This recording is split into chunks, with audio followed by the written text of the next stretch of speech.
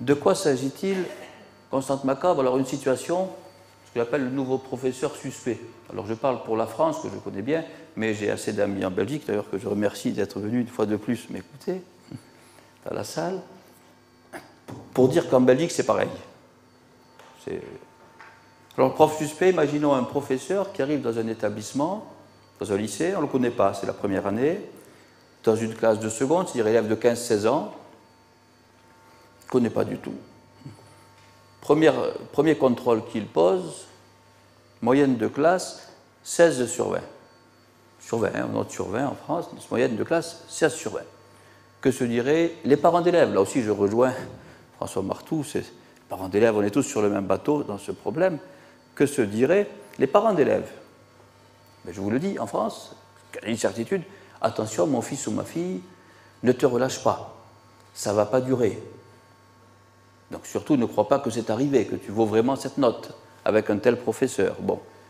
Un mois après, moyenne de classe, 17 sur 20. Alors là, inquiétude générale de la part des parents, des élèves eux-mêmes, qui se diraient, mais est-ce que finalement ça vaut quelque chose, cette note? Un prof qui a une moyenne de classe de 17 sur 20. La première fois, on pouvait même dire que le professeur avait passé de bonnes vacances, qu'il était de bonne humeur, que ça n'allait pas durer, mais la deuxième fois, ça devient vraiment inquiétant. Et tous espéreraient que ça s'arrange. Alors, je vous traduis. Qu'est-ce que ça veut dire en France que les choses s'arrangent dans une classe, que les moyennes baissent? C'est la traduction, hein, je vous le fais.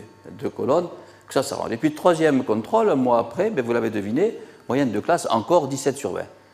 Et là, et je fais énormément de conférences en France, jusqu'à présent, personne ne m'a contredit, les parents d'élèves, les parents, je ne parle pas des profs, là, je parle des parents, les parents d'élèves, poliment, en délégation, iraient rencontrer le chef d'établissement pour lui faire part de leur inquiétude. Est-ce que mon fils ou ma fille, avec un prof pareil, pourra suivre l'an prochain? Parce que l'an prochain, ils seront en concurrence avec des élèves normaux. Qu'est-ce que ça veut dire normal en France? Ça veut dire avec une moyenne de classe de 10 sur 20. Et donc, est-ce que vraiment le programme est bien fait? D'où sort ce prof, etc. Alors, ce qui est absolument incroyable, c'est que personne ne penserait que ce professeur, de même qu'il y a des bons dentistes, des mauvais dentistes, des bons médecins, des mauvais médecins, des bons avocats, des mauvais avocats, il y a peut-être aussi des bons profs et des moins bons, et que ce professeur, contrairement à ce qu'on pensait, n'avait pas passé ses vacances à la plage, mais au contraire, il avait passé ses vacances à travailler les programmes officiels, les commentaires, comment faire pour motiver ses élèves, et qu'en plus, le malheureux professeur avait un énorme inconvénient, c'est qu'il était bon. Il avait réussi son coup, il avait réussi à motiver ses élèves, mais non.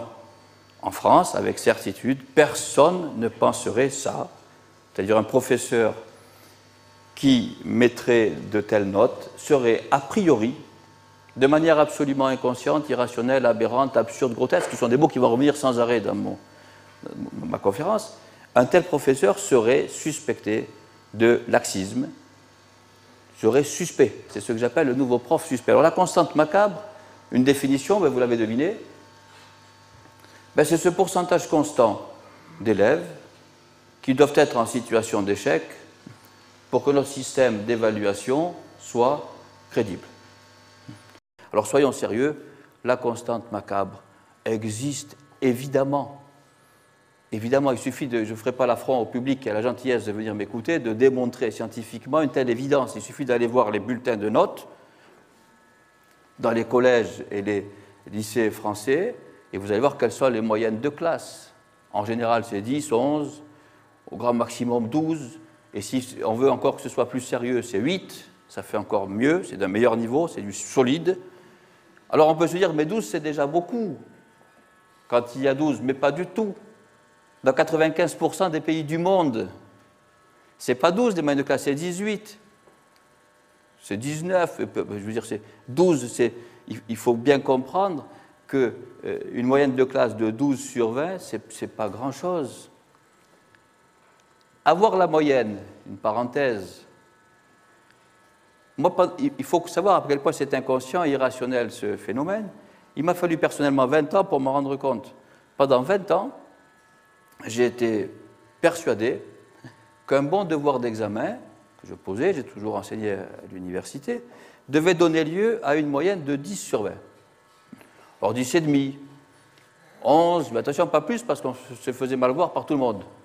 par les collègues, mais bon, 10 c'était bien. Mais je ne sais pas si vous réalisez l'absurdité de cette notion dans laquelle on baigne en France, et dans malheureusement pour eux les pays qui suivent le modèle français. Une moyenne de classe de 10 sur 20, s'il y a une répartition des notes assez régulière, ça veut dire qu'a priori, il y a la moitié des élèves en situation d'échec. Toute proportion gardée, en médecine, qu'est-ce que ça donnerait? Un médecin qui ferait son métier en se disant si j'arrive à soigner un malade sur 2, j'ai réussi mon coup. Non mais on en est là quand même. On fait notre travail, et je l'ai fait pour vous dire à quel point c'est irrationnel, c'est dangereux, c'est tendancieux, avec cette idée en tête. C'est complètement aberrant. Même dans les classes de très bon niveau, là aussi, quand vous discutez de ce problème, on va vous dire il faut venir voir, là, comme disait mon collègue tout à l'heure, le niveau baisse. Là, le niveau baisse. Petite parenthèse quand même, le niveau baisse. Vous savez que Cicéron le disait déjà. Le niveau baisse, les élèves sont nuls, c'est une constante, aussi une autre constante, une constante historique dans le domaine de l'enseignement. Vous savez d'où ça vient, le niveau baisse, c'est une manière on ouvre le parapluie. Le niveau baisse, on dit, bon, comme ça, c'est pas de ma faute si les élèves ne s'en sortent pas, j'ai déjà prévenu, le niveau baisse, avec un petit paradoxe d'ailleurs au sujet du niveau baisse, quelque chose de très original. Le niveau baisse, c'est que le niveau baisse alors en France, quand on a 15 ans, pour les élèves de 18 ans, ça baisse encore à l'université. Les élèves qui font, je parle des maths, là, une matière de privilégiée, en licence de maths, j'ose pas répéter ce que disent mes collègues, les élèves sont idiots, ils préparent le certificat pour être professeur de maths, donc ils aiment ça, les malheureux. Alors là, c'est pareil, ils sont nuls, ils ne savent plus rien faire, etc. Et parfois, certains de ces étudiants, des années où c'est facile d'avoir le CAPES, c'est le certificat pour être professeur en France, ils sont reçus. Et puis du jour au lendemain, ça a baissé sans arrêt. Et puis d'un coup, dès qu'ils ont le certificat, boum, c'est eux qui disent le niveau baisse. Le niveau baisse, c'est ce que j'appelle la courbe miracle. Ça baisse tout le temps, et puis d'un coup, les gens deviennent bons. Alors en clair, soyons sérieux, si le niveau baissait à ce point, il faut aller jusqu'au bout. Je parle à mes collègues, on a tous tendance à dire que le niveau baisse. Si on dit le niveau baisse, il faut alors dire que le niveau des professeurs baisse aussi. Clairement, c'est une parenthèse. Un professeur, ce n'est rien d'autre qu'un élève qui est devenu un jour professeur. Soyons sérieux.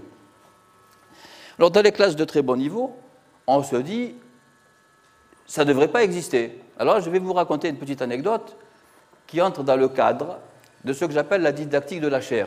Qu'est-ce que c'est la didactique de la chair? C'est ce qu'on apprend par l'intermédiaire de ses enfants. Alors vous savez, quand on est enseignant et parent d'élèves, il arrive un moment où ses propres enfants sont en âge scolaire, il leur arrive des misères, et là je vous assure que ça vous marque, vous apprenez plein de trucs. C'est d'une efficacité bien plus grande que n'importe quel traité de pédagogie au monde, ça je peux l'affirmer. Ça vous touche dans votre chair. Moi j'ai appris plein de problèmes comme ça.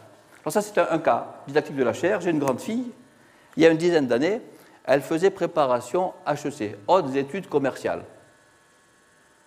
Alors ça c'est après le bac, donc c'est l'année après à 19 ans.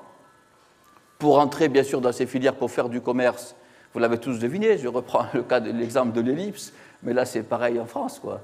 Pour faire du commerce, ça va de soi qu'il faut avoir fait des coniques et qu'il faut avoir fait le bac scientifique, des mathématiques. Elle avait fait tout ça avec une bonne mention, même une très bonne mention, élève très sérieuse. Un mois après la rentrée, elle arrive à la maison. « Papa, on m'a rendu un devoir de philo. » Combien tu as eu, ma fille? 1,5. Bon. Elle me rassure tout de suite en me disant « Mais c'est pas grave, papa. » Je dis « Comment ça, c'est pas grave? » Non, c'est pas grave. Dans la classe, il y en a 17 qui ont eu 1,5. Ah ben c'est pas possible.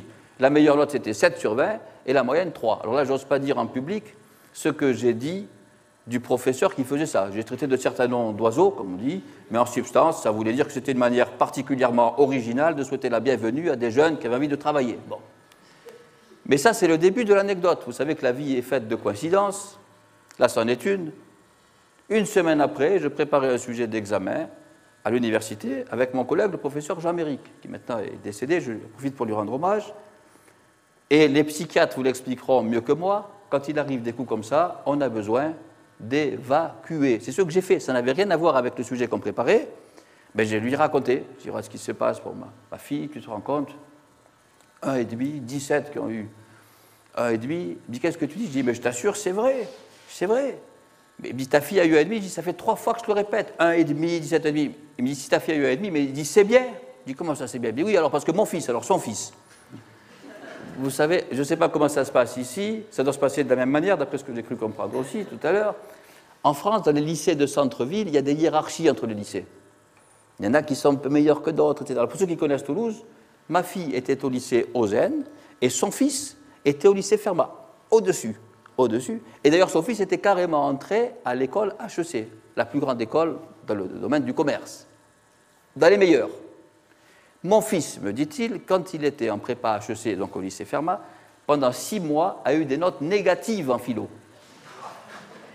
Alors, j'ai découvert, d'abord, je n'avais jamais entendu parler de ça. Moi. Pourtant, alors, je défends aussi les maths, là, au passage, il y a des collègues profs de maths. On a tendance à nous tirer dessus, les matheux. Moi, en maths, je n'avais jamais vu ça. Des notes négatives. Alors, j'ai cru que c'était, je ne sais pas, qu'il était tombé sur un fou. Alors, j'ai fait une enquête, ça fait partie de mon travail de chercheur, de faire des enquêtes, par écrit, par téléphone, à Paris. Qu'est-ce que j'ai découvert à Paris? Je ne savais pas. Que dans le tout Paris, à Normal Sup, les grandes écoles, mais c'est qu'on met des notes négatives. Mais c'est que c'est assez fréquent, moi je n'avais jamais vu ça, en maths en tout cas. Alors on peut se dire que ce n'est pas grave. Vous savez, vous faites une parenthèse, dans les classes préparatoires en France, classes préparatoires aux grandes écoles, donc ce sont les meilleurs étudiants qu'on récupère dans ces classes-là, on les casse, les moyennes de classe, c'est de 6, de 5, c'est nettement en dessous là, de ce qui se passe au lycée, avant d'arriver là. À l'agrégation, c'est un grand concours français pour être professeur, un très haut niveau, du plus haut niveau même pour l'enseignement secondaire. Vous savez avec quelle moyenne on est reçu à l'agrégation en France? France, dans la culture, diffuse dans le monde entier, le rayonnement. Vous savez avec quelle moyenne on est reçu à l'agrégation? Qu'est-ce que vous diriez, chers collègues? Personne ne dit, en France on dit des trucs, on dit 7, on dit 8, alors je réponds, ça c'est des très bonnes années. On est reçu avec 4 ou 5. Alors il y a une approche psychanalytique, je me refuse d'entrer dans cette approche, là je ne suis pas spécialiste du tout. 4 sur 5 sur 20. C'est absolument incroyable. Alors on peut se dire, c'est pas grave. C'est pas grave parce que c'est un concours, et que comme c'est un concours, ce qui compte c'est d'être meilleur que les copains. Et là, on se plante. Complètement. Ça fait partie de ce que j'appelle dans mes travaux le décalage. C'est le mot le plus important, le mot décalage, dans la vie peut-être en général, mais dans l'enseignement, c'est terrible. Le décalage qu'il peut y avoir entre ce qu'on croit en tant qu'enseignant et la réalité. Alors, j'ai questionné les élèves que j'ai. Je suis professeur à l'université Paul Sabatier de Toulouse. Je suis mathématicien au départ, et maintenant j'ai 2 thèses, une en mathématiques et une en sciences, en didactique des maths, sur l'enseignement, ça m'intéresse. Je suis professeur aussi à Supaéro, c'est une grande école d'ingénieurs, numéro 4 peut-être en France actuellement, une grande école en France. Donc j'ai des élèves qui sont passés par les classes prépa, les classes préparatoires, etc. Et je leur ai posé la question, vous savez quel est le message qui passe quand un élève dans une classe préparatoire aux grandes écoles a 7 sur 20, même s'il est 3e de la classe? Le message qui passe, enquête à l'appui, c'est le suivant: tu es meilleur que tes copains, mais tu n'es pas très bon. Et à force de faire ça, ça conduit à un phénomène, de vrai phénomène de société. C'est que ça conduit à une perte de confiance en soi des élèves français et après dans la vie active des Français. Il y a des enquêtes très sérieuses qui ont été effectuées dans ce domaine. On n'ose pas, dans des multinationales par exemple, les Français n'osent pas poser une question. Ils ont toujours peur d'être ridicules. En France, quand on se trompe, on a toujours peur d'être ridicule. Mais c'est lié à tout ce système éducatif où, au lieu d'encourager les élèves, on les décourage par ce type de notes. Alors, ça n'existe pas du tout dans la majorité, je l'affirme ici, des pays du monde. Dans la majorité. Et alors, indépendamment, même souvent, on pourrait penser des clivages politiques, ceux qui aiment les Américains et qui ne les aiment pas. Le modèle américain, il faut savoir qu'il est utilisé dans des pays arabes. Beaucoup. On est tout à fait isolé. Alors je dis, il y a la France, donc qui va très mal, donc je vous rejoins, chers collègues, et ceux qui suivent, malheureusement pour eux, je répète, le modèle français. Alors il y a la Belgique, il y a l'Espagne, les pays d'Afrique francophone, les malheureux, là, ils sont vraiment à plaindre, parce que même parfois ça se présente de manière, comme Jacques Navez, qui a étudié le dossier en Afrique, me l'a signalé, encore plus caricaturale qu'en France. Voilà. Mais tout ailleurs, dans la majorité des pays, ils s'en sont largement débarrassés de ce dysfonctionnement. Les conséquences de cette constante macabre, elles sont très nombreuses. Très nombreuses. D'abord la première, qui est tellement évidente que je n'ai même pas mentionné dans le transparent, la lutte contre l'échec scolaire. On ne parle que de ça en France depuis 50 ans. On va lutter contre l'échec scolaire, on va lutter contre l'échec scolaire. Alors, soyons sérieux. Comment voulez-vous supprimer l'échec scolaire si a priori un professeur, quoi qu'il fasse, il faut qu'il ait un certain pourcentage de mauvaises notes? C'est presque un sketch. Et je peux affirmer ici que l'échec scolaire ne sera jamais supprimé. D'ailleurs, l'histoire récente me donne raison. Ça fait 50 ans qu'on en parle, on a essayé des changements de programme, des cours de soutien dans les classes, des changements de filière. Il y a toujours l'échec scolaire. Mais la raison est tellement évidente. Détérioration du climat de confiance entre les élèves et les professeurs, tout ça c'est sournois, ce n'est pas dit au grand jour. Mais c'est clair que sous la pression de la société, les professeurs sont des sélectionneurs malgré eux. Comment voulez-vous qu'il y ait un vrai climat de confiance? On joue un peu au chat ou à la souris. Il ne peut pas y avoir un vrai climat de confiance. Mal-être à l'école. On est quand même, la France, on est quand même célèbre dans certains domaines. Vraiment, là, je dois le dire, il faut aussi rendre hommage à la France. Il y a eu une enquête qui a été réalisée de l'OCDE, une enquête PISA. Il y avait plein de questions, comparer les niveaux dans tel domaine. Là, j'ai beaucoup de réserves, là, parce que ça dépend de plein de choses. Mais par contre, il y avait une question qui était très claire. Êtes-vous heureux d'aller à l'école? Vive la France. Vous savez quel est le rang de la France sur 41 pays? 275 000 élèves. 275 000 élèves, une enquête énorme. On est 41e. On est dernier, il faut le savoir quand même, ça. Et vous le trouverez pour ceux qui veulent aussi sur Internet. Vous tapez OCDE, une enquête PISA, PISA, vous allez taper ça et vous allez voir cette enquête. On est dernier. Alors pour ceux qui s'intéressent au football en France, les matchs de championnat, parfois il y a des barrages, vous savez. On ne sait pas lequel va descendre, va changer de division. Là, on n'est aucun risque. On est de très loin les derniers. Pas question de barrage. On est de très loin les derniers. Pour moi, c'est clair que c'est une conséquence de la constante macabre. Violence du système scolaire, eh bien évidemment. Souvent, on me pose des questions sur les dépressions nerveuses des jeunes, les taux de suicide. Alors soyons sérieux, ce n'est pas la seule raison. Il faut qu'il y ait d'autres paramètres avant, d'autres raisons. Mais il est clair que ça ne peut pas arranger les choses. Un élève qui essaie de s'en sortir, qui a des problèmes dans son milieu familial, parents divorcés, sans travail, difficultés d'intégration, il va à l'école, il travaille, et puis il se rend compte que son travail n'est pas récompensé, ça ne peut pas aider. Les mauvaises notes et l'échec scolaire, c'est quelque chose de terrible, tous les psychologues vous le diront, pour la mentalité et le bien-être d'un élève. Stress dans le milieu familial. Je ne sais pas ici en Belgique, mais en France, tout le monde se reconnaît dans ce que je vais vous décrire là. De quoi parle-t-on avec ses enfants à la maison? À la maison, mais en France. Là, je ne peux pas dire si en Belgique c'est à ce point, mais en France, c'est incroyable. Et alors, on pourrait dire que ce sont les élèves les moins bons, pas du tout. Même souvent, ce sont les élèves, les meilleurs élèves qui attachent une importance considérable aux notes. On ne parle que de l'école, que des notes. En clair, un élève qui a eu la chance ou qui a la chance d'être dans une école où il n'est pas trop stressé, c'est à la maison qu'on en rajoute, là, hein, c'est clair. Perte de confiance en soi des élèves, eh bien, ça va de soi, j'en ai déjà parlé. Orientation des élèves, en fait, toutes les conséquences sont évidentes. Si on admet l'existence de la constante macabre, et elle est admise par tout le monde en France, il faut le savoir quand même, clairement. Je vous donnerai tout à l'heure après des résultats d'enquête, vous allez voir que c'est un phénomène reconnu.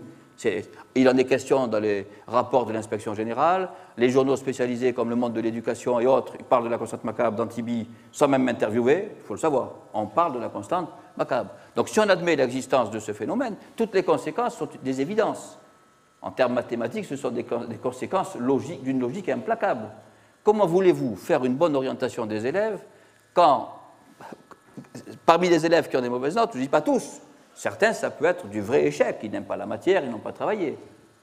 Mais certains parmi les élèves qui sont en échec artificiel, simplement parce qu'ils ont eu la malchance d'être dans le mauvais tiers d'une classe. On ne peut pas faire une orientation sérieuse dans ces conditions. Et d'ailleurs, ce n'est pas la faute des profs du tout. Je ne m'arrête pas de défendre les profs. Parce que c'est vrai. On est pris à notre propre piège, les profs. D'une part, sous la pression de la société, on nous oblige à mettre un certain pourcentage de mauvaises notes. Imaginez que vous ayez mis 7 sur 20 à un élève. On vous demande votre avis. Vous ne pouvez pas dire qu'il est bon. C'est un engrenage pour son orientation. Redoublement. Des études très sérieuses ont été faites par moi, par des collègues spécialisés, qui montrent que le redoublement n'est pas une bonne chose, mais des études sur de longues années, hein, essayant de comparer, etc.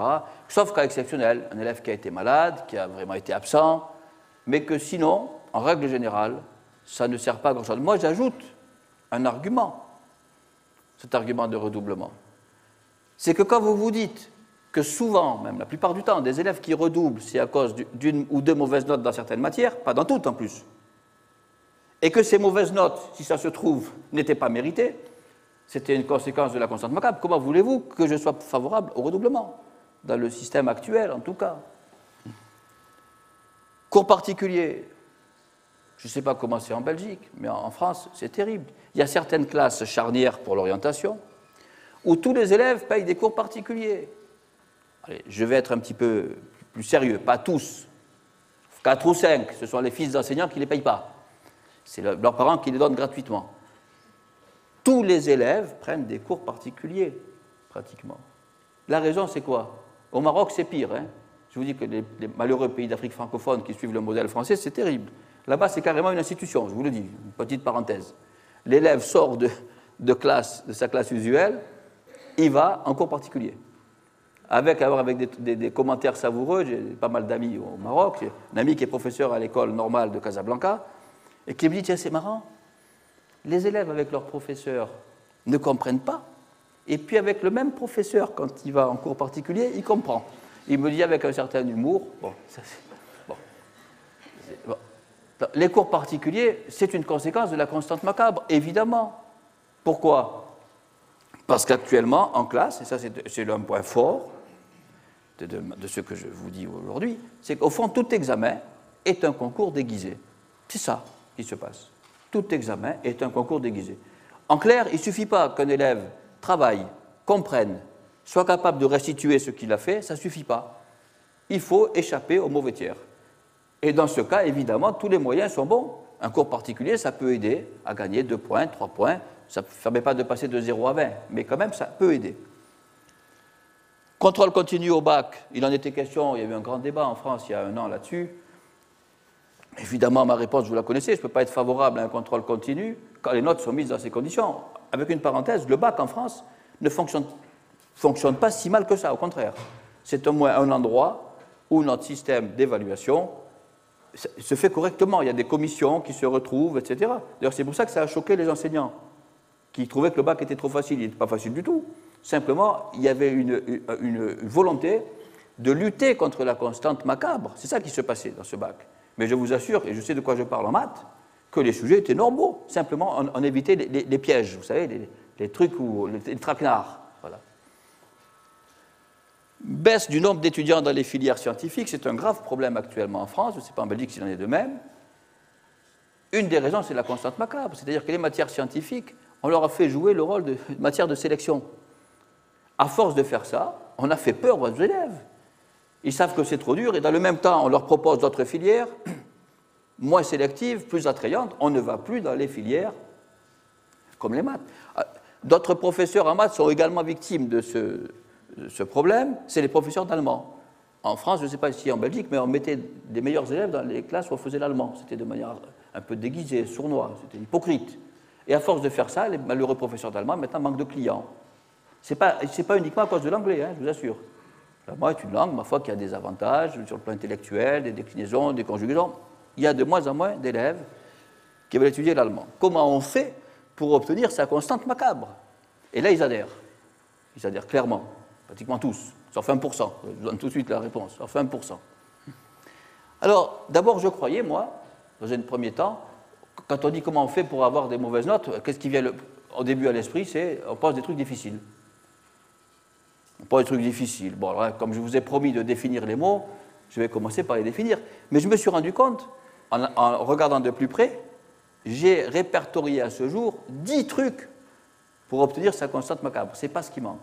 10 pour un prof, pratiquement, pour obtenir sa constante macabre, inconsciemment toujours. Ça peut être inconscient, mais on le fait comme ça. Alors, difficulté, qu'est-ce que c'est d'abord difficile? Moi, je donne une définition statistique. Je ne sais pas la définition du Larousse, mais pour moi, quelque chose de difficile, dans l'enseignement en tout cas, quand dans des conditions normales, Ben, des élèves normaux avec un prof normal ne comprennent pas. Je m'arrête là. Voilà. Non, mais j'ai beaucoup de collègues qui ont une autre définition. Hein. J'ai des collègues en France qui rendent un devoir avec une moyenne de 4 sur 20 et qui disent que c'était très facile. Ce n'est pas ma définition. Ou alors c'est qu'eux sont nuls. Si on n'a pas le mot nul, c'est qu'il y a quelque chose qui ne va pas. Ça veut dire facile, c'est-à-dire ça ne va pas. Alors maintenant, quand quelque chose est-il difficile? Avec la définition que je viens de donner, quand quelque chose est difficile? Eh bien, c'est très simple pour moi. Dans mes travaux, j'analyse ça en termes d'éloignement, avec ce qui a été vu avant. Je n'ai pas d'autre approche. Je vous assure que je suis certain que ça marche, ça. Quelque chose est difficile quand ça ne ressemble pas à ce que l'élève a vu avant.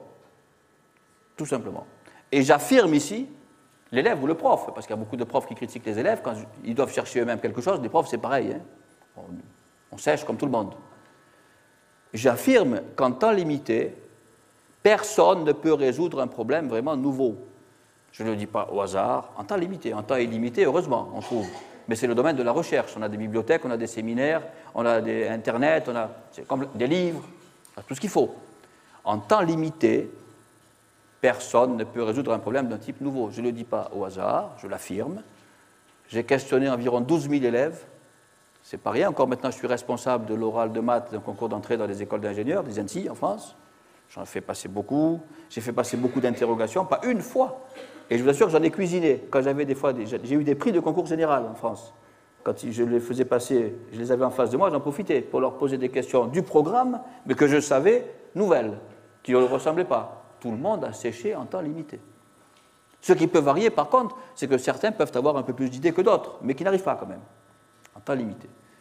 D'ailleurs, mes élèves de Supaéro, sur ce point, maintenant, ils le savent, parce qu'ils savent que je travaille là-dessus, j'en discute avec eux, il y a une très bonne ambiance. Je les fais tous sécher. Supaéro, il y a le tiers qui a été admissible à la Polytechnique. Ils sont très bons, très haut niveau. Des petites difficultés, des petites astuces du niveau d'une classe de lycée, d'élèves de 16 ans, dans une démonstration. Ils ne l'avaient pas vu avant, tout le monde sèche. Alors maintenant, ils connaissent ma théorie, ils disent « oui, monsieur, on sait ». Ils le disent, c'est pas comme une chanson. On sait, monsieur, en temps limité, parce que je dis, alors pourquoi vous avez tous séché? Oui, monsieur, on sait. En temps limité, personne ne peut résoudre un problème d'un type nouveau. Je vous affirme que c'est tout à fait certain. J'ai questionné à ce sujet des polytechniciens, avant d'affirmer ça. Des élèves qui sont rentrés à Normal Sup, dont un qui est rentré premier, qui confirment ce que je vous dis là, en temps limité. Des sujets trop bien équilibrés. Alors là, en plus, je me mets dans le lot des profs, bien sûr. Moi, j'ai toujours éprouvé un plaisir à poser un sujet bien équilibré. Alors, qu'est-ce que c'est un sujet bien équilibré? On commence par des questions faciles, mais après, c'est normal quand même que ça se complique un petit peu. Et à la fin, si on veut que le sujet soit joli et avoir posé un bon sujet, c'est normal que ce soit plus difficile quand même difficile tout court. Et on est content. Quand on peut poser un sujet qui a cette allure, on a l'impression, on a une certitude même d'avoir posé un bon sujet. Qu'est-ce qu'on fait en faisant ça sans s'en rendre compte? On construit sa courbe de Gauss tranquillement, sans s'en rendre compte, en croyant bien faire. Il y a un décalage énorme entre les intentions des profs et ce qui se passe en réalité. Je laisse de côté, mais ça vous l'avez compris, en France, j'évalue à 2 ou 3% des profs sadiques, il y en a. J'en ai vu dans des délibérations dont les visages s'illuminaient divinement quand, après un vote, un élève était collé. Ce n'est pas mes amis, mais ils existent. Mais il y en a très peu. Très peu, et malheureusement, c'est comme dans les problèmes de racisme, on généralise à partir de ce qui ne va pas. Dans la population, on montre du doigt, malheureusement, souvent ses collègues. Je parle pour tous les autres dont je fais partie. Je vous assure que ça ne se fait pas du tout pour vouloir mettre des mauvaises notes. C'est tout à fait inconscient. On croit bien faire. Alors, première question, tout à fait bête. À votre avis, est-ce que dans un sujet en temps limité, la longueur du sujet est un paramètre important? En clair, un élève pourrait savoir tout faire, mais si c'est trop long, il n'a pas le temps d'écrire, quoi. Je vous ai dit que c'était bête, évidemment oui. Évidemment oui. Si un élève sait tout faire, mais s'il n'a pas le temps de l'écrire, il va avoir 8 sur 20 si le sujet est trop long. C'est un paramètre. Je vous ai dit que c'était bête, ne m'en veuillez pas. Oui.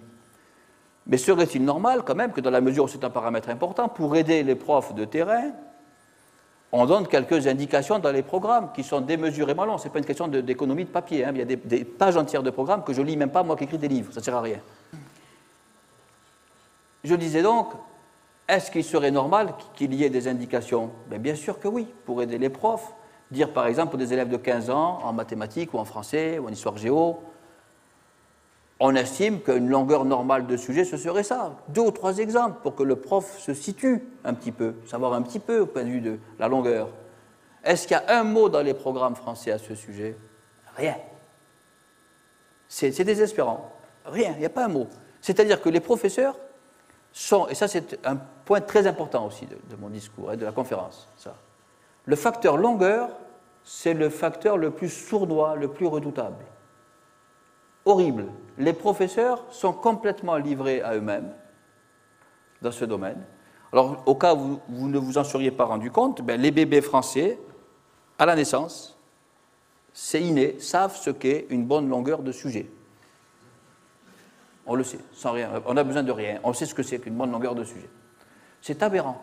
Et alors, ce qui se passe, mais vous l'avez compris, le lien avec la constante macabre est évident, c'est le suivant, c'est que inconsciemment, et ça je l'ai expérimenté, j'ai fait d'énormes enquêtes là-dessus, c'est un phénomène de compensation auquel on assiste. C'est-à-dire que les professeurs qui n'ont pas posé un sujet assez difficile compensent inconsciemment, j'en suis victime, tout le monde, par la longueur.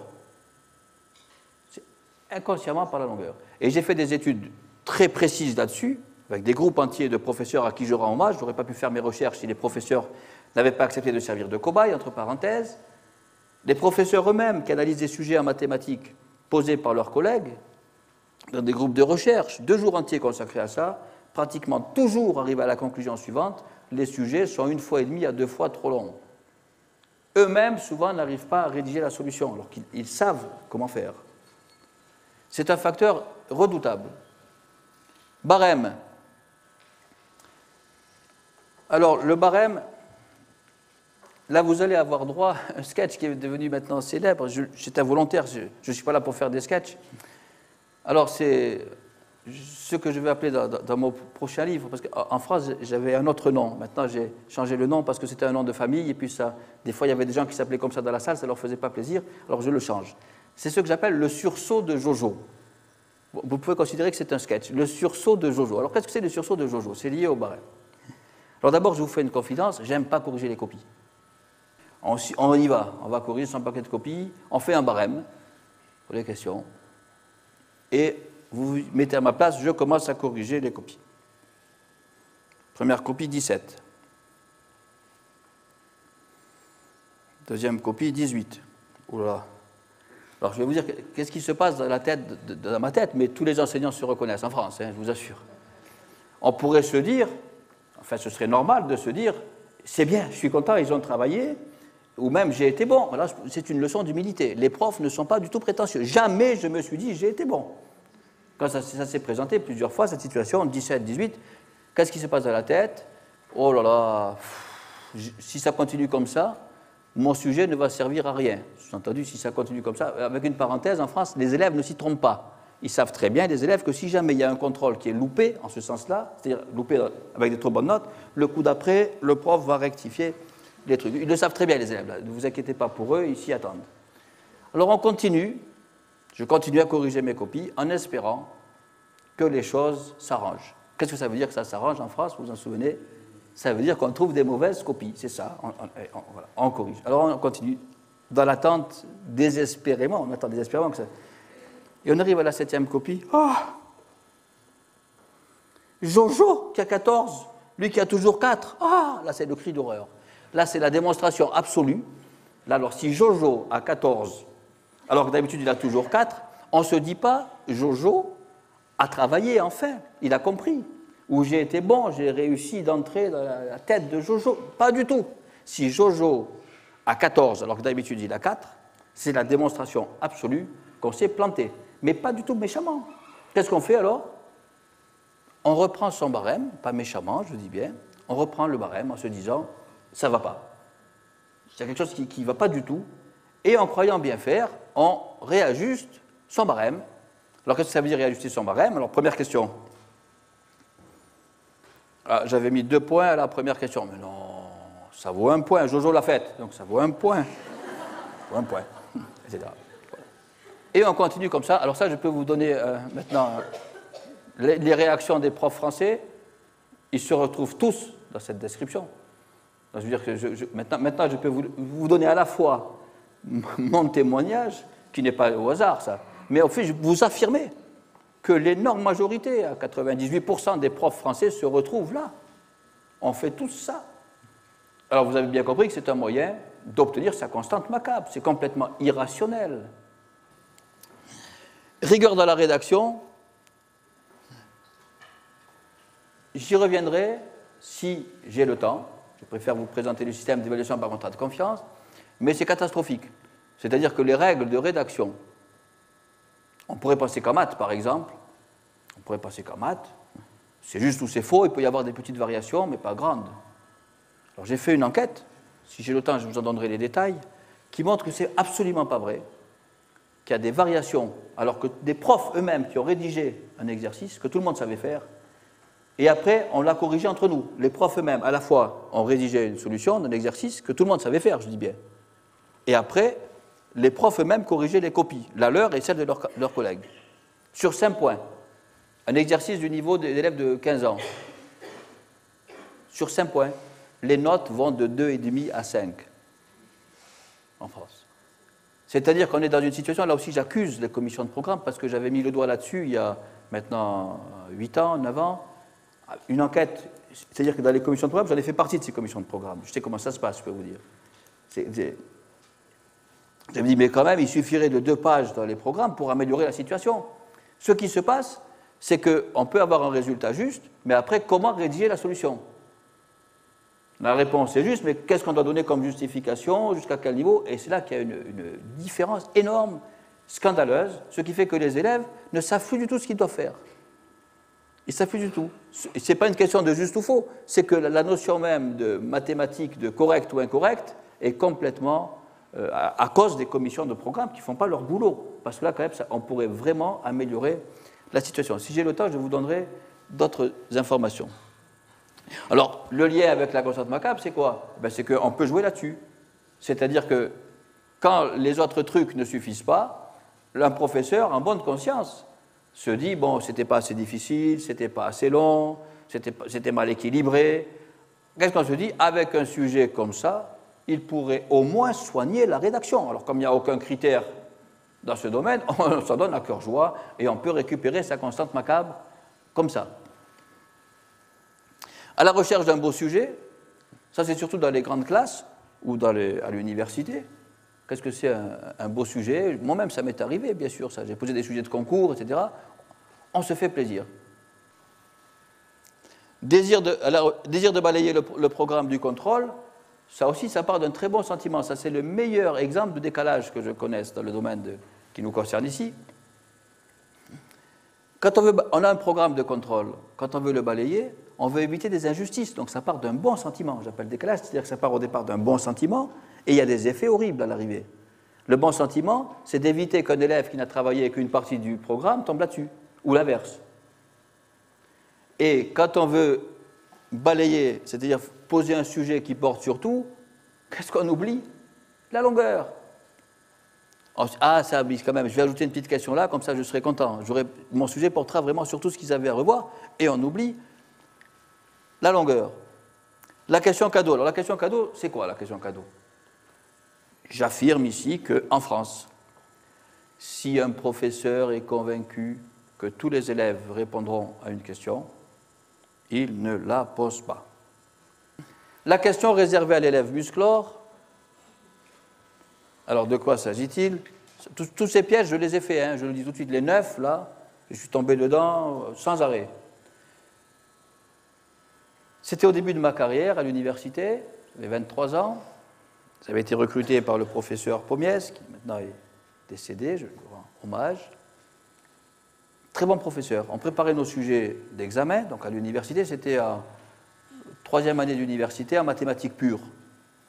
Et puis très souvent, à la fin, on avait un premier sujet, il me disait, un premier jet.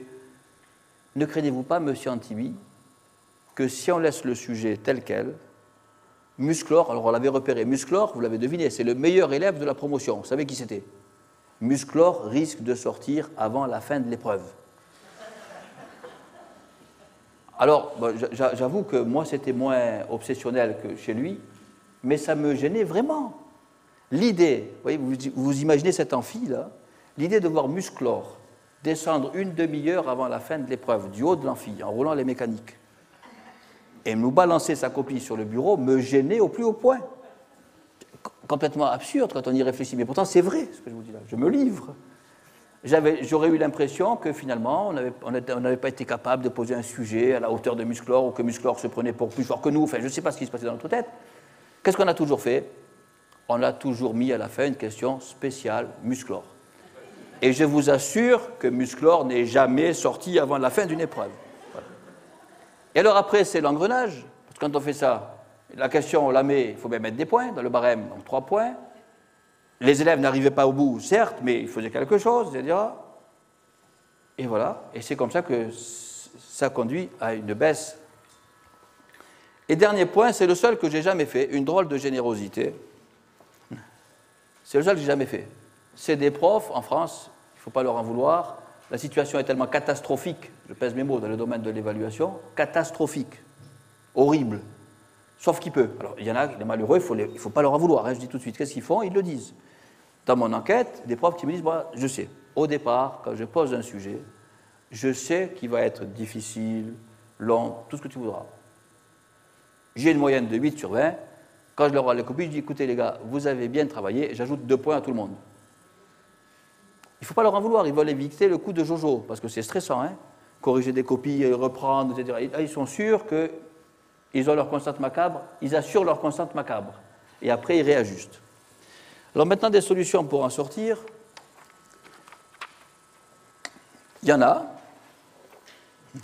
Il y en a une qui est particulièrement bien adaptée à la France.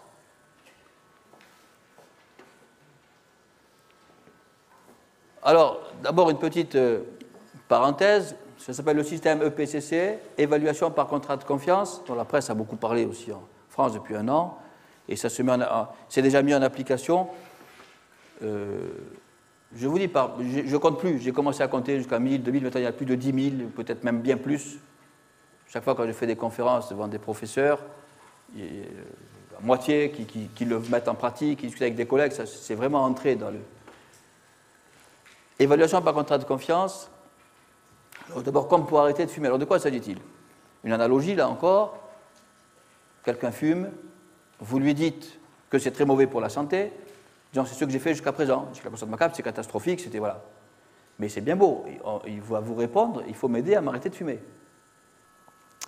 Réalisation pratique de ce système d'évaluation par contrat de confiance, il y a 3 étapes. La première, c'est l'étape, toutes sont importantes, mais la première, c'est donner l'idée de ce système. 1 semaine avant chaque contrôle de connaissances, si c'est un examen, 15 jours, un peu plus, mais disons un contrôle mensuel 1 semaine avant. Un examen semestriel, 15 jours, un examen annuel, ça peut être 3 semaines, vous voyez, ça dépend de la longueur. Contrôle mensuel, 1 semaine avant, le professeur donne une liste de questions déjà traitées et corrigées en classe. Traitées et corrigées. L'élève dispose de ces corrigés, il les a cherchés, disons en physique, en biologie, en grammaire, en langue vivante, une douzaine de questions, d'exercices, et il dit aux élèves, au contrôle, tu auras à refaire exactement, j'insiste là-dessus, parce qu'on pourra faire après des commentaires, pourquoi exactement, pourquoi pas des petites variations, pourquoi pas, mais a priori, le principe, c'est exactement 2 de ces 12 exercices. Là aussi, ne caricaturons pas le truc, on ne donne pas le sujet à l'avance. On donne un programme de 20 pages, l'élève devra refaire 2 pages de ces 20 pages. Soit clair, hein? Tout sauf donner le sujet à l'avance. Mais l'élève sait que s'il travaille, ça va être récompensé. Sauf une question sur 4 points qui n'est pas dans la liste, qui fait partie du programme, qui n'est pas dans la liste. Et l'élève doit la traiter. Donc il y a 16 points dans la liste et 4 points. Alors sous la forme définitive, c'est comme ça que ce sera dans mon prochain livre, et puis on va le mettre à jour, le site internet aussi, sous cette forme. compte tenu des réactions des professeurs, parce que ça fait un moment déjà que les expérimentations sont finies, ça fait 3 ans qu'elles ont duré, hein, avec un peu de souplesse, c'est-à-dire que ça peut être 16 plus ou moins 4, ça dépend des matières. Les matières où le prof a besoin d'un peu plus, il faut faire confiance au prof surtout, et que chaque prof le fasse avec sa sensibilité. Ça peut être 20-0, ça peut être 12-8, les cas extrêmes. Mais 16-4, ça fonctionne bien. Ça fonctionne bien comme système. Alors, conditions sur cette liste, 2 conditions, mais après c'est le bon sens. Première condition, il faut que le par cœur trivial soit impossible. Ça va de soi, on ne va pas mettre des QCM. L'élève, il suffirait qu'il apprenne A, B, B, A, A, et puis voilà, sans rien comprendre. Non. Il faut qu'il y ait assez de substance pour qu'on se rende compte très bien qu'un élève a compris ou non. Ou alors même s'il restitue, mais enfin qu'il est quand même... On ne peut pas apprendre par cœur, c'est la deuxième condition. Non, pardon, la première condition, c'est un apprentissage par cœur. On ne peut pas apprendre par cœur sans comprendre. Si vous avez ça demande un minimum de compréhension, on ne peut pas faire une théorie là-dessus. Sauf, je dis bien, et c'est la première condition sur la liste, s'il y a un QCM ou quelque chose comme ça. Deuxième condition, là aussi, c'est des retours d'expérimentation qui me font préciser ces points, bien plus que dans la première version, même il y a eu 3 versions, ça c'est la dernière. Il ne faut mettre dans cette liste que des compétences exigibles du programme officiel. Toutes et que ça. Il y a un programme officiel, on voit quelles sont les compétences exigibles et on interroge là-dessus. Alors pourquoi je dis ça? C'est parce que tout ça, c'est des restes de la constante macabre, de la confusion entre phase d'évaluation, phase d'apprentissage, etc. La tendance que peuvent avoir certains profs, et ils l'ont eu, je l'ai observé, c'est quoi la tendance? C'est de se dire quand même cette question sur 4 points, puisque le reste, ils ont la liste. Là, au moins, on va les faire réfléchir. On peut mettre une question substantielle, plus difficile, etc. Pardon, j'ai fait une confusion. Là, c'est la 3e étape. Je reviens sur la condition sur la liste. Donc, on ne met que des conditions qui sont compétences exigibles. J'ai anticipé, là. Je vois le temps passer. Non. Ce que je veux dire, c'est que le professeur pourrait mettre dans la liste, en se disant ils l'ont dans la liste, des choses plus difficiles que le programme. Et là, ça fausse tout. Ça fausse tout. C'est une dérive dans laquelle il ne faut pas tomber. On ne met que les compétences exigibles. Deuxième étape, séance de questions-réponses pré-contrôle. Elle est indispensable pour éviter les injustices dues aux cours particuliers, certains ne peuvent pas se les payer, etc. On les limite en tout cas, ces injustices. Parce qu'avec un programme donné à l'avance de manière précise, vous l'avez tous compris, que ceux qui peuvent se faire aider à la maison vont être bien plus avantagés que ceux qui sont livrés à eux-mêmes. Donc il y a une séance qui est organisée, au cours de laquelle les élèves qui n'ont pas compris, donc ils ont la liste, et puis 2 jours avant le contrôle, ils posent des questions au professeur. Voilà. Et alors, elle est utile, alors des conditions pratiques. L'horaire d'enseignement le permet-il? Ben oui, il suffit de récupérer l'horaire consacré à la correction du devoir, puisqu'ils ont déjà été corrigés pour la plupart, les exercices. Donc ça ne demande aucun moyen de plus. Organisation pratique, ça va de soi aussi, je le précise pour faire gagner du temps, s'il y a des enseignants qui voudraient le mettre en place, ça se met déjà en place en Belgique et dans pas mal d'endroits. Notre ami Philippe Langenaken, à l'école Francisco Ferrer et ses collègues, Claude Archer et Daniel Justès, qui le font depuis 2 ans avec succès. Il y a des témoignages convergents de ce système-là, hein, en Belgique. 2 ans déjà que c'est en place. Et Philippe Langenaken a d'ailleurs fait un travail de recherche spécifique à la Belgique dans ce domaine, qui est ici aujourd'hui. Organisation pratique, ça va de soi. Si vous voulez pouvoir répondre aux questions, n'arrivez pas à un minimum d'organisation. Au début de la séance ou la veille, demandez aux élèves qui vous fassent passer leurs questions pour que tout le monde puisse avoir une réponse, que vous organisiez quand même votre temps. Même vous pouvez faire regrouper les élèves par 2 ou 3.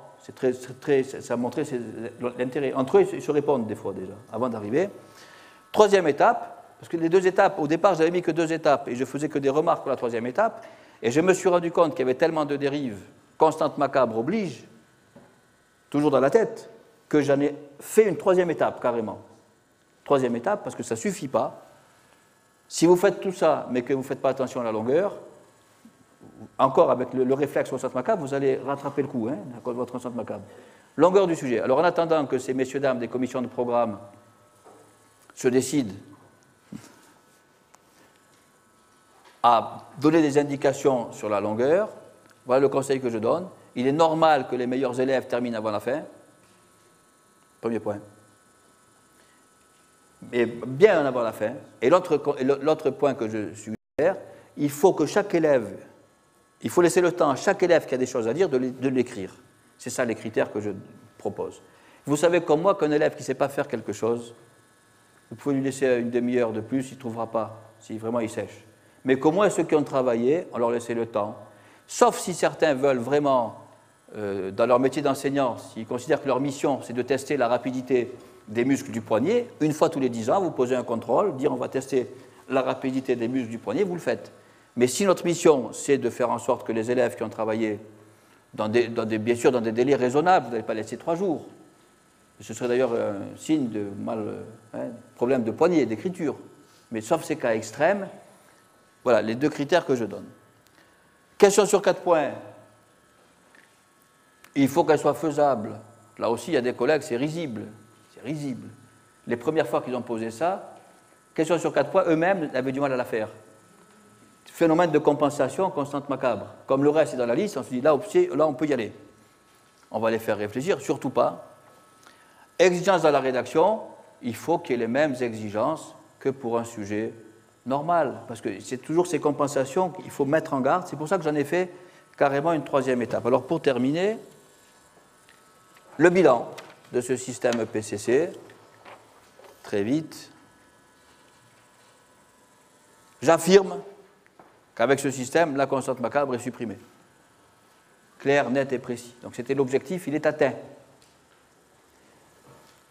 Mais un vrai climat de confiance, ça on s'en doute, c'est ce qui ressort. Hein. Je dis 3020, et puis j'ai fait une enquête grand public, des élèves, des trucs, ça fait 4500 personnes interrogées. Je vous assure que quand j'affirme, je n'affirme pas en me basant sur rien. Là. Le climat est meilleur, de confiance entre les élèves et les professeurs, c'est ce qui ressort de partout. Les moyennes de classe augmentent, pas autant qu'on pourrait penser. Il y en a qui se disent, ça y est, si on fait ça, ils vont tous savoir pas du tout. Vous savez comme moi, que même si vous dites à l'avance à quelqu'un, il faut que tu sois capable de restituer ça, tout le monde n'y arrive pas. Il faut comprendre, il faut travailler, il faut plein de trucs. 2 à 3 points, mais quand même, la répartition n'est pas uniforme au sens suivant. Les très bons, souvent, augmentent peu. Malheureusement, ça c'est même pas une lacune, parce que ça n'a jamais eu cette ambition, le système EPCC. Le système EPCC, son ambition, son objectif, c'est de supprimer la constante macabre. Et non pas de régler tous les problèmes de l'humanité ni de l'éducation scolaire. Entre autres, il y a un problème qui demeure dans certaines classes, mais ça arrive, une classe de 30 élèves, ça arrive 2 fois ou 3 fois. Des élèves en réel décrochage scolaire, qui ont vraiment des difficultés, manquent de base, n'aiment pas la matière, etc. Ces élèves-là gardent leurs notes. Mais ce qui donne d'une certaine manière, si on veut encore s'appuyer sur des critères de type constante macabre, souvent avec des profs, quand je fais mes conférences, il y en a qui souffrent quand je dis ça. Ils sont rassurés, c'est assez marrant à dire. Quand je dis, mais vous savez, avec ce système, il y a encore des élèves qui ont des 4 ou des 5, ça te donne un critère de qualité. Je le dis en riant, mais je vous assure que c'est vrai. Bon, mais là, plaisanterie mise à part, les élèves qui ont vraiment des problèmes aigus, mais c'est ce que j'appelle du vrai échec scolaire, gardent leur échec souvent. Ça ne suffit pas. Certains s'en sortent, mais d'autres non. Ça veut dire que ces élèves, il faut des solutions. Il faut des solutions de soutien, adaptées, etc. J'ai des idées là-dessus, mais je préfère ne pas tout mélanger. Parce que souvent, ces idées, en plus, ça coûte de l'argent. Il faut des soutiens, il faut des trucs, etc. Ne mélangeons pas. Mais il ne faut pas s'étonner que ces élèves gardent leurs mauvaises notes. Les élèves travaillent beaucoup plus grande concentration en classe, révision plus approfondie, prise de notes plus consciencieuse, demande d'éclaircissement à l'enseignant. Il y a des avantages aussi pour la phase d'apprentissage. Ça, ce n'était pas dans les objectifs initiaux, y compris le travail, mais infiniment plus, j'insiste. Ici, à l'école Francisco Ferrer, Claude Archer nous avait fait rire lors d'une conférence de presse à Paris. Il y avait une vingtaine de journalistes, de télé, etc. Il avait fait un témoignage, il avait fait rire tout le monde. Il a été harcelé. Voilà. Je vous donne un témoignage. À l'école Francisco Ferrer, un collègue a été harcelé parce qu'il a mis ça en place et les élèves voulaient tellement comprendre qu'ils ont fait le siège de son bureau. Il lui posait des questions. On est en plein dans notre métier en faisant ça, il faut bien le comprendre. Et les notes ont été bonnes, et les élèves ont bossé, ils ont organisé des séances en plus, etc.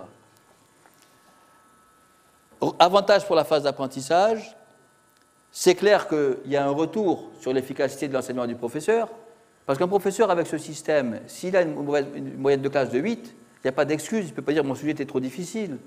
Il va s'interroger, il va se dire je me suis mal fait comprendre, qu'est-ce qui se passe? À une certaine discipline, ça ne prend pas beaucoup de temps, hein, c'est 3 fois rien, mais il faut le faire.